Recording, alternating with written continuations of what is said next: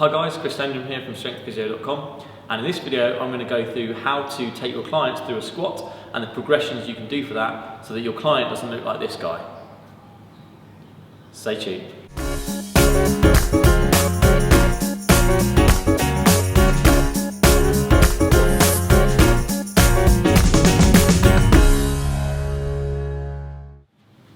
Okay guys, so in this video what we're going to go through is how to do a squat, or how to coach a squat rather, and little things that you might see and little strategies you can use to help a client or patient squat well. Okay, so first of all, Emily, if I can get into the middle, and if I can just get you to do a squat for me, so just a body weight normal squat.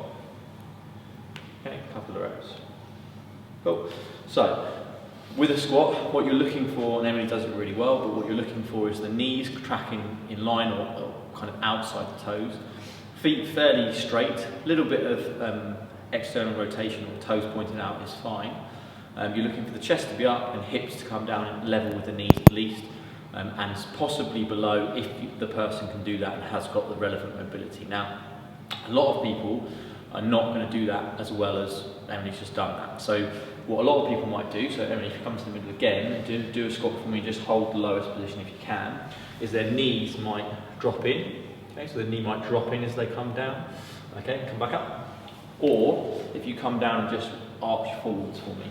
So they'll just lean really far forwards because they haven't got that mobility. Or what they'll tend to do is a really short range squat. So just do like a quarter squat and they'll do that sort of thing. So they won't go low into the squat. Knees will come in. And a lot of that, or some of that, can be to do with ankle flexibility.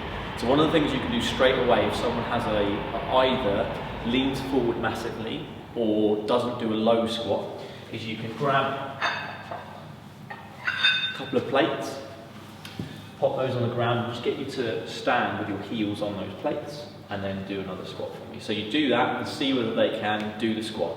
Often what you're going to find is that people can do a better squat.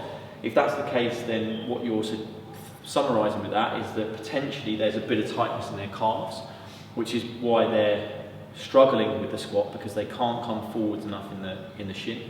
And what you're doing by putting the plates underneath is you're taking the stretch off that calf muscle. So what you potentially then want to work on with that person is ankle mobility to enable them to get that mobility so they can squat, and in the meantime potentially using these to squat with good technique. A lot of people have a debate about whether you should squat with these sorts of things under your legs, and some people will say yes, some people will say no. I would say that if you want to get them squatting low and they can only do that with these under their feet, then you should be using that because you want to keep as good a form as possible. And then in between, so what you should also be working on is your ankle mobility so that you can get rid of these. The ideal goal is to get rid of these, but if they need that for the short term, then that's what they need. The other thing that you can, or other progression that you can do, would be starting off with things like front squats. So if you're starting off with front squats and also doing it to a bench, so an external cue is really nice. So if you come in front of the bench for me, and first of all, just do it, so you're just going to sit down to the bench and then back up again, basically. Okay, and then back up. Okay. So you'll be teaching them and really sit yourself back. Just a little touch and then back up. So rather than sitting down, kind of just a little touch on that bench and then back up. Does that make sense? That's it. And again, this bench is maybe a little bit high for Emily, but you could then lower that bench, or you could lower the position of where that was, so that they were getting a bit lower. So you're giving an external cue. A lot of people struggle if you just say sit lower, but actually if you say sit to the bench and that gives them a hip as low as knees position, they'll actually be able to do that. So actually giving them what we call an external cue is much better than an internal cue of saying just squat lower. The other thing then, progression wise for the squat, you could do a kettlebell squat. So if you hold that, or a goblet squat, if we just come forwards. So what this will do, this is more for your people who struggle well because they come forwards. So if you do a squat for me with a kettlebell, good, just a couple of reps. And what the kettlebell does, it forces Emily to keep her chest up.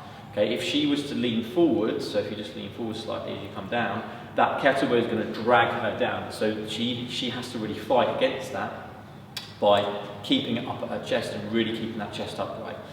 So that one is going to be really helpful. If you want to work on ankle mobility, because they've got poor squat. If you come into a kneeling position, Emily, like this. So, and then hands on the legs, and we're going to drive that knee over the toe. So this one is going to stretch the ankle, this front ankle, and then back again. And then same thing again. So you could work on that ankle flexibility. You can do this against the wall as well, so the knee coming in towards the wall. Really, really nice ankle mobility exercise. The other thing you can do with this one is drive the knee differently over the foot. So Emily could drive inwards a little bit as she comes forwards. And then she can also drive outwards as she comes forwards.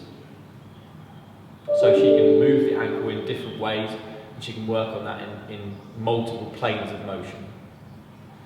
Other thing you can do is work on your squat position at the bottom of the motion. So there's a great stretch for this one. So if you come into a press-up position, Emily, and I'm going to get you to step your right foot outside your right hand. Good. Then chest up nice and high, left knee to the floor. So you just bring that left knee to the floor, hands a little bit closer together, that's it. And then just drive that chest up really, really high and push the hips down towards the ground. Okay. So what this will do, it'll actually stretch this side, this hip. And if you think about it, this position is a deep squat position. And if you drive the chest up, that's going to be your position for the squat. You'd really push into that stretch, and then if you change sides, and then you go to the other side, and you work on that. Chest really, really high, as high as you feel you could. This one I find massively helpful for getting someone low into that squat and getting them deep into that squat. And then back up. Okay, so just to recap, main teaching points for the squat. As we come down from the front, you want to have the knees in line with the toes as much as possible, or pushing the knees out as they come down. You want to be sitting the hips back, so really feel like they're sitting back towards a bench, which is where an external cue of a bench can come in handy. You want the hips to be level with the knees, and you want the chest to be up so they can look forwards.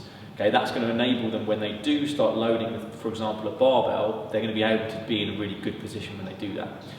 If you've got problems with ankle mobility, obviously you can work on that using the foot plates and the ankle mobility stretches. You can work on hip mobility with that hip stretch that I've just shown you. And you can work on chest up position with a goblet squat or a loaded squat, front squat, and then start to progress that load. Then from there you can go into a barbell back squat. So that would be how you progress your squat from scratch. There are a couple of other stretches that are useful, but those ones should keep you going, and they'll be really helpful for clients. Thanks for watching, guys. I really appreciate your time, and hopefully you got a lot of valuable content out of the video. Please don't forget to subscribe by clicking up here. This will mean that you don't miss out on any of the Strength Physio videos. Also, check out my next video down here, and I will hopefully see you on the next video. Cheers, guys.